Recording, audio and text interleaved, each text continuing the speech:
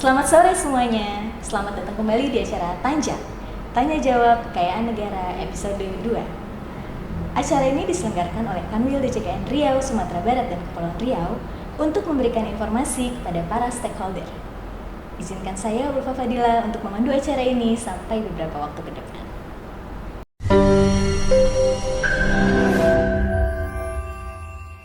Kali ini kita akan membahas mengenai proses permohonan penilaian.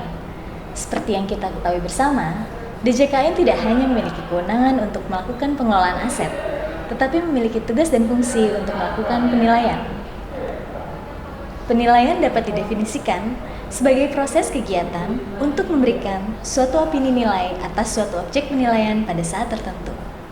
Seiring dengan era digitalisasi, DJKN berkomitmen untuk memberikan kemudahan terhadap semua bentuk pelayanan pada satuan kerja.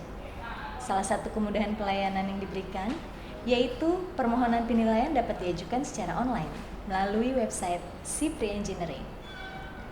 Untuk membuat pembahasan ini lebih menarik, telah hadir bersama kita Bapak Joko Juwianto selaku Kepala Bidang Penilaian. Kepada Bapak Joko, apa kabar nih Pak? Alhamdulillah sehat Mbak Dila. Gimana Pak Dila sendiri? Sehat Alhamdulillah. Semoga kita sehat selalu ya Pak. Iya. Oke, kali ini kita mau membahas tentang SIPRI Engineering ya Pak? Iya. Yang terbaru di kantor kita itu. Oke, sebelumnya boleh tahu nggak sih Pak, itu tuh apa ya Pak? SIP Re-Engineering itu adalah merupakan sebuah aplikasi ya. Sebuah aplikasi untuk memudahkan pemohon penilaian untuk mengajukan permohonan secara online melalui sebuah aplikasi web yang namanya itu siprival.kemenq.go.id / kemudian SIP permohonan. Nah, itulah nanti yang bisa dibuka di websitenya itu. Oke. Untuk bisa membuka itu Pak, siapa aja tuh Pak yang bisa? Pertama adalah pengelola barang ya, Direktorat Jenderal Kekayaan Negara yang mungkin selaku pemohon penilaian khususnya ya. Kemudian yang kedua adalah pengguna barang. Nah, ini bisa kementerian atau lembaga atau bahkan pihak yang diberi kewenangan ya untuk melakukan permohonan penilaian. Jadi ini memudahkan mereka untuk mengajukan permohonan secara online. Oke, baik. Berarti untuk banyak pihak juga ya Pak? Iya, banyak pihak. Aplikasi ini. Kalau untuk penggunaannya sendiri Pak, caranya mungkin kayak masuknya atau gimana gitu Pak? Caranya sebenarnya mudah ya, hanya untuk pengelola barang tadi itu tidak perlu melakukan pendaftaran karena para pegawai itu sudah mempunyai SSO di DJKN ya, jadi dia bisa langsung, terutama yang mempunyai kewenangan untuk mengajukan permohonan penilaian. Jadi tidak semua pegawai yang memang mereka mempunyai kewenangan untuk mengajukan permohonan penilaian. Yang kedua adalah pengguna barang atau kementerian atau lembaga atau stakeholder ya kita sebut. Nah, untuk bisa mengajukan permohonan penilaian itu mereka harus melakukan pendaftaran atau registrasi terlebih dahulu agar mereka nanti bisa mendapatkan username-nya sama password-nya apa. Nah, itu sebenarnya mudah ya, yang penting mendaftarkan terlebih dahulu. Berarti kalau untuk pihak luar itu ada persyaratan tertentu mungkin ya Pak? Ya, jadi harus nanti siapa yang diberi tanggung jawab untuk mengajukan permohonan penilaian itu. Caranya tetap registrasi dulu gitu ya Pak? Ya, caranya seperti ini Mbak Dila. Kita buka akun tadi yaitu siprival.kemenq.go.id / kemudian SIP permohonan. Nah, di situ nanti pemohon bisa melakukan pendaftaran atau registrasi. Nah, setelah nanti dibuka, pemohon atau pengguna barang atau nanti yang akan melakukan permohonan mendownload terlebih dahulu formulir registrasi tadi. Nah, setelah di-download kemudian diisi. Nah, diisi nama orang yang akan diberi tanggung jawab untuk melakukan permohonan penilaian atau PIC lah kalau yang disebutnya. Kemudian jabatannya apa? Nah, diisi di situ juga mungkin dia operator BUMN atau mungkin pegawai yang ditunjuk oleh pimpinannya ya nanti untuk mengajukan itu atau sesuai ketentuannya. Kemudian juga diisi email. kemudian unit kerja atau kantornya mana.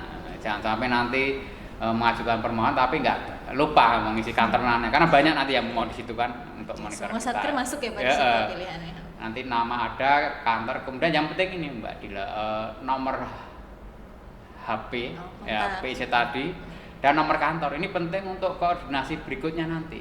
Nah, nanti kalau ada kendala saat proses, dia bisa langsung kontak kepada kita ya, atau kita kontak ke mereka untuk menanyakan hal-hal yang telah dilakukan dalam permohonan online tersebut. Mungkin itu ya untuk pendaftarannya.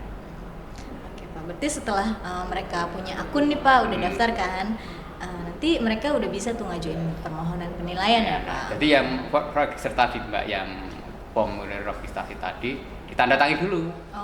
Tanda tangan dulu untuk disahkan oleh pejabatnya, kemudian diupload.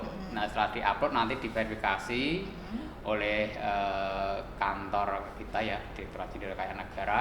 Kemudian baru mereka kalau lengkap itu akan mendapatkan user dan passwordnya seperti apa untuk masuk atau login ke dalam aplikasi. Tapi nanti kalau ada kekurangan atau belum lengkap, maka akan dikembalikan atau mungkin akan diulangi lagi dengan langkah-langkah yang seperti tadi. Nah, diulangi lagi. Ulang dari awal ya Pak? Diulangi lagi seperti itu. Selanjutnya berarti nanti bisa, kalau misalnya udah diperbaiki, bisa ngajuin permohonan gitu kan? Iya. Terus untuk proses permohonannya ini ya Pak, itu tuh meliputi apa aja ya Pak? Kalau permohonan tuh, kalau di kita mungkin ya ada barang milik negara ya, barang-barang yang sebenarnya dari APBN atau perjanjian ya, atau hal lain yang bisa dilakukan BUMN. Kemudian juga barang-barang rampasan, sitaan dan sebagainya. Banyak barang-barangnya yang menurut ketentuan harus dilakukan penilaian terlebih dahulu. Nah, itu salah satu barang. Berarti memperhatikan juga sesuai ketentuan peraturan perundang-undangan ya Pak? Iya, itu penting sekali. Selanjutnya kalau misalnya udah sampai di tahap yang tadi tuh Pak, untuk input tuh bisa apa aja ya Pak? Ya, untuk input ini ada 4 kewajiban yang mau diisi. Pertama, dalam input itu stakeholder atau pemohon itu harus mengisi formulir. Nah, di situ nanti ada isian, itu berisi biasanya surat permohonan, kemudian tujuan penilaiannya apa, objeknya apa, dan nilai apa, nilai wajar atau apa. Nah, ini yang pertama, formulir. Kemudian yang kedua, dokumen. Nah, dokumen ini biasanya nanti berisi persyaratan. Nah, persyaratan apa yang harus di-upload ke dalam permohonan penilaian tersebut. Nah, contohnya mungkin fotokopi dokumen legalitas, sertifikat, AJB, akta jual beli, STNK, BPKB dan sejenisnya. Nah, mungkin ada dokumen, mungkin dokumen-dokumen lain juga ini yang diminta apa nanti di situ diupload. Dan ini dibatasi Mbak Dila, hanya 25 MB. Jadi kalau lebih dari itu harus dibagi 3 file. Nah, ini sudah disediakan, ini ada 3 file nanti di situ. Nah, ketiga, setelah tadi formulir, dokumen, nah barang. Nah, detail barangnya apa? Nah, kalau itu barang milik negara yang saya sampaikan tadi, karena ini kalau barang miliknya sudah terkonek dengan sistem informasi manajemen aset ya, SIMAN-nya negara itu kan. Nah, itu nanti tinggal milih Mbak Dila. Barangnya apa tinggal milih di situ. Nah, dipilih nama barangnya apa, tahun pelayanannya berapa, nilainya berapa, lokasinya di mana itu ada. Tapi kalau belum